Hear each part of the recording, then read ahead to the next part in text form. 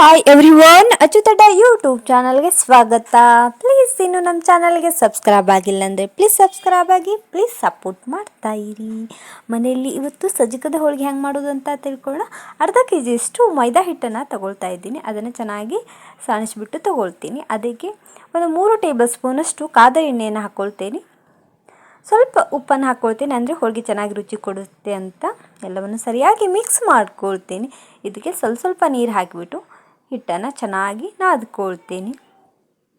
ನಾವು ಹೇಗೆ ಹೂಣ್ಗದ ಹೋಳಿಗೆ ಮಾಡ್ತೇವಲ್ಲ ಅದೇ ಅದಕ್ಕೆ ಹಿಟ್ಟನ್ನು ನಾದ್ಕೋಬೇಕು. ತೋರಿಸ್ತಾ ಇದ್ದರೆ ಸ್ವಲ್ಪ ನೀರು ಹಾಕಿಬಿಟ್ಟು ಚೆನ್ನಾಗಿ ಮಿಕ್ಸ್ ಮಾಡ್ಕೊಳ್ತೀನಿ. ಇದಕ್ಕೆ ಇನ್ನೊಂದು ಸ್ವಲ್ಪ ನೀರು ಹಾಕಿಬಿಟ್ಟು ನಾದ್ಕೊಳ್ತೀನಿ. ನೋಡಿ, ಈ ಹದಕ್ಕೆ ನಾನು ಹಿಟ್ಟನ್ನು ನಾದ್ಕೊಂಡಿದ್ದೀನಿ. ಇದಕ್ಕೆ ಮತ್ತೆ ಎಣ್ಣೆ ಹಾಕಿಬಿಟ್ಟು ಮತ್ತೊಂದು ಸಲ ನಾದ್ಕೊಳ್ತೀನಿ. ಎಷ್ಟು ಎಣ್ಣೆ ಹಾಕಿ ನಾದ್ಕೊಳ್ತೇವಲ್ಲ ಅಷ್ಟು ಮೃದುವಾಗಿ ಹಿಟ್ಟು ಬರುತ್ತೆ. ಇದನ್ನು ಹೋಳಿಗೆ ಮಾಡುವ ಮುಂಚೆ ನಾದಿ ಅರ್ಧ ಗಂಟೆ ನೆನೆಸಬೇಕು, ಅಂದರೆ ಹೋಳಿಗೆ ಮೃದುವಾಗಿ ಬರುತ್ತೆ. ನೋಡಿ, ಅದಕ್ಕೆ ನಾನು ನಾದ್ಕೊಂಡಿದ್ದೀನಿ. ಈಗ ಇದಕ್ಕೆ ಎಣ್ಣೆಯನ್ನು ಸವರ್ಬಿಟ್ಟು ಒಂದು ಪಾತ್ರೆಯನ್ನು ಮುಚ್ಚಿ ಒಂದು ಅರ್ಧ ಗಂಟೆ ನಾನು ನೆನೆಸ್ಕೊಳ್ತೀನಿ, ಅಂದರೆ ಹೋಳಿಗೆ ಮೃದುವಾಗಿ ಬರುತ್ತೆ ಅಂತ. ಈಗ ಪಾತ್ರೆಯನ್ನು ಮುಚ್ಚಿಬಿಟ್ಟು ಸೈಡಿಗೆ ಇಡ್ತೀನಿ. ಅಷ್ಟರಲ್ಲಿ ರವೆ ಮತ್ತು ಬೆಲ್ಲವನ್ನು ತಗೊಂಡು ಹೂಣ್ಗವನ್ನು ಮಾಡ್ಕೊಳ್ತೀನಿ. ನಾನು ರವದ ಹೋಳಿಗೆ ಮಾಡೋದ್ರಿಂದ ರವೆಯನ್ನು ತಗೊಂಡಿದ್ದೀನಿ, ಬೆಲ್ಲ ತುಪ್ಪವನ್ನು ತಗೊಂಡಿದ್ದೀನಿ.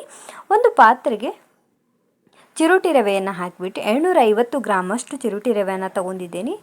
ಅದನ್ನು ತುಪ್ಪ ಹಾಕಿಬಿಟ್ಟು ಚೆನ್ನಾಗಿ ಹುರ್ಕೊಳ್ತೀನಿ. ಸೀದು ಹೋಗ್ಲಾಗೆ ಹುರ್ಕೊಳ್ಳಿ, ಇಲ್ಲಾಂದರೆ ಸೀದು ಹೋಗುತ್ತೆ ಬೇಗ. ಕಲರ್ ಚೇಂಜ್ ಆಗೋವರೆಗೂ ತುಪ್ಪ ಹಾಕಿ ಚೆನ್ನಾಗಿ ಹುರ್ಕೊಳ್ತೀನಿ. ಸ್ವಲ್ಪ ನೋಡಿ, ಕಲರೆಲ್ಲ ಚೇಂಜ್ ಆಗ್ತಾ ಇದೆ. ಪ್ಲೀಸ್ ವಿಡಿಯೋನ ಸ್ಕಿಪ್ ಮಾಡದೆ ನೋಡಿ. ಪ್ಲೀಸ್ ಲೈಕ್ ಮಾಡೋದನ್ನು ಮರಿಬೇಡಿ. ನೋಡಿ, ತುಪ್ಪ ಹಾಕಿ ಚೆನ್ನಾಗಿ ಇನ್ನೊಂದ್ಸಲ ಹುರ್ಕೊಳ್ತೀನಿ. ಇದನ್ನು ಒಂದು 5 ನಿಮಿಷದಲ್ಲೇ ರೆಡಿ ಆಗುತ್ತೆ. ನೋಡಿ, ಕಲರೆಲ್ಲ ಚೇಂಜ್ ಆಗಿದೆ ರವದ್ದು. ಈಗ ಇದನ್ನು ಗ್ಯಾಸ್ ಆಫ್ ಮಾಡಿಬಿಟ್ಟು ಸೈಡಿಗೆ ಇಡ್ತೀನಿ ಆರಲಿಕ್ಕೆ. ಅಷ್ಟರಲ್ಲಿ ಗ್ಯಾಸ್ ಮೇಲೆ ಇನ್ನೊಂದು ಪಾತ್ರೆಯನ್ನು ಇಡ್ತೀನಿ. ಪಾತ್ರೆಯನ್ನು ಇಟ್ಬಿಟ್ಟು ಅದಕ್ಕೆ 750 ಗ್ರಾಮಷ್ಟು ಬೆಲ್ಲವನ್ನು ಹಾಕ್ಕೊಳ್ತೀನಿ. ಸ್ವೀಟ್ ಜಾಸ್ತಿ ತಿನ್ನೋರು ಜಾಸ್ತಿ ಹಾಕ್ಕೊಳ್ಳಿ. 750 ಗ್ರಾಮಷ್ಟು ಬೆಲ್ಲವನ್ನು ಹಾಕಿ ಅದಕ್ಕೆ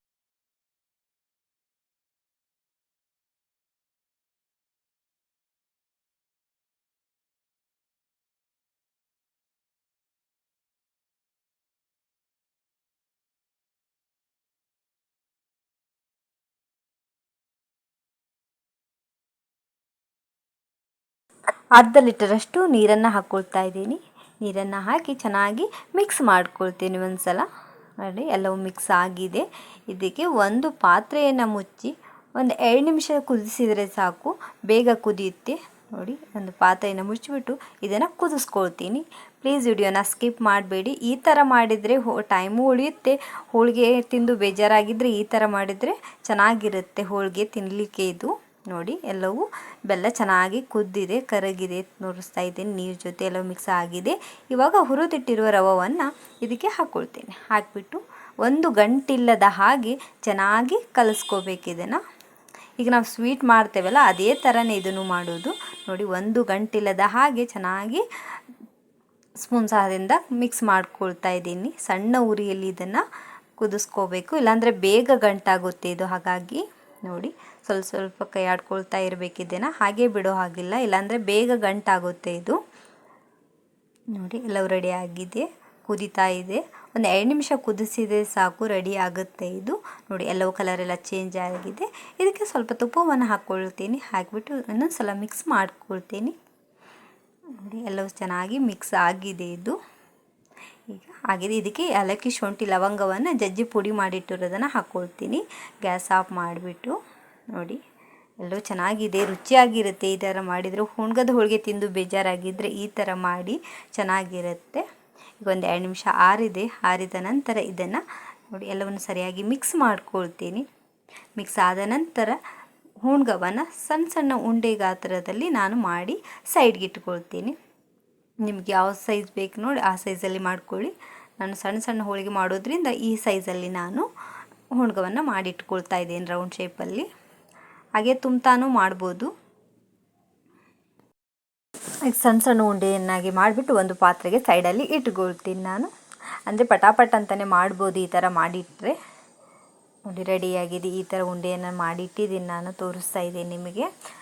ಈ ಥರ ಮಾಡಿಬಿಟ್ರೆ ಇನ್ನೊಬ್ಬರು ಬೇಡ, ಒಬ್ಬರೇ ಇದ್ದರೂ ಮಾಡ್ಬೋದು ಇದನ್ನು.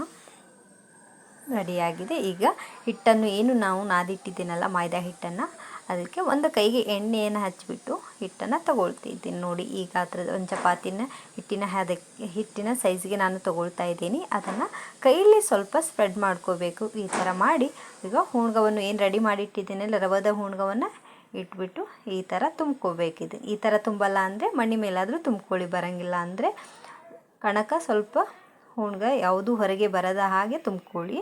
ನೋಡಿ ಈ ಥರ ಮಾಡಿ ಇದನ್ನು ಎಣ್ಣೆಯಲ್ಲಿ ಡಿಪ್ ಮಾಡಿ ನಾವು ಚಪಾತಿ ಉತ್ತವಲ್ಲ ಅದೇ ಥರ ಉದ್ದಬೇಕು. ಇದನ್ನು ಸ್ವಲ್ಪ ಕೈಯಲ್ಲಿ ಸ್ಪ್ರೆಡ್ ಹತ್ತಬೇಕು. ಈ ಥರ ಹತ್ತಬೇಕಿಟ್ಟು ಲತ್ತಿ ಗುಣಿಯನ್ನು ತೊಗೊಂಡ್ಬಿಟ್ಟು ನಮ್ಗೆ ಯಾವ ಸೈಜ್ ಬೇಕು ನೋಡು ಆ ಸೈಜಲ್ಲಿ ಉದ್ಕೋಬೋದು. ನೀವು ದೊಡ್ಡದು ಬೇಕಾದರೂ ದೊಡ್ಡದು ಆಗುತ್ತೆ. ಇದು ಸಣ್ಣ ಸಾಕಪ್ಪ ಹೋಳಿಗೆ ಅಂದರೆ ಸಣ್ಣದಾದರೂ ಮಾಡ್ಕೋಬೋದು. ನಾನು ಸಣ್ಣ ಹೋಳಿಗೆಯನ್ನು ಮಾಡ್ತಾಯಿದ್ದೀನಿ. ಈ ಸೈಜಲ್ಲಿ ನಾನು ಉಟ್ಕೊಂಡಿದ್ದೀನಿ. ಪ್ಲೀಸ್ ಲೈಕ್ ಮಾಡೋದನ್ನು ಮರಿಬೇಡಿ. ರೆಡಿಯಾಗಿದೆ. ಗ್ಯಾಸ್ ಮೇಲೆ ನಾನು ಈಗ ದೋಸೆ ಹಂಚನ್ನು ಕಾಯಲಿಕ್ಕೆ ಇಟ್ಟಿದ್ದೀನಿ. ಈಗ ಹೋಳಿಗೆಯನ್ನು ಹಾಕ್ಕೊಳ್ತೀನಿ. ಒಂದು ಪೇಪರಲ್ಲಿ ತಟ್ಟಿಬಿಟ್ರೆ ಪಟಾಪಟ ಅಂತಲೇ ಬರುತ್ತೆ. ಸ್ವಲ್ಪ ಎಣ್ಣೆಯನ್ನು ಹಾಕ್ಕೊಳ್ತೀನಿ ಸೈಡ್ಗೆ. ನೋಡಿ ಒಂದು ಸೈಡ್ ಬೆಂದಿದೆ. ಈಗ ಮತ್ತೊಂದು ಸೈಡ್ ಹೊಳಿಸಿ ಹಾಕ್ಕೊಳ್ತೀನಿ. ಮತ್ತೊಂದು ಸಲ ಸ್ವಲ್ಪ ಎಣ್ಣೆಯನ್ನು ಹಾಕ್ಕೊಳ್ತೀನಿ. ಎಣ್ಣೆ ಬೇಕಾದ್ರೆ ಹಾಕ್ಕೊಳ್ಳಿ, ಇಲ್ಲ ತುಪ್ಪ ಹಾಕ್ಕೊಳ್ಳಿ, ನಿಮ್ಗೆ ಯಾವ್ದು ಬೇಕೋ ಅದನ್ನು ಹಾಕ್ಕೊಳ್ಳಿ. ನೋಡಿ ಎಲ್ಲವೂ ಸರಿಯಾಗಿ ಬೇಯ್ತಾ ಇದೆ. ನೋಡಿ ಉಬ್ಬುತ್ತಾ ಇದೆ. ಎಷ್ಟು ಚೆನ್ನಾಗಿ ಬರುತ್ತೆ ಗೊತ್ತಾ ಈ ಥರ ಮಾಡಿದರೆ. ಈಗ ಮತ್ತೊಂದು ಸಲ ಹಿಟ್ಟನ್ನು ಹೊಳಿಸಿ ಹಾಕ್ಕೊಳ್ತೀನಿ. ಎಲ್ಲವೂ ಹಿಟ್ಟು ಚೆನ್ನಾಗಿ ಬೆಂದಿದೆ. ಈಗ ಇದು ಹೋಳಿಗೆ ರೆಡಿ ಆಗಿದೆ. ಜಾಸ್ತಿ ಟೈಮು ತೊಗೊಳ್ಳೋದಿಲ್ಲ.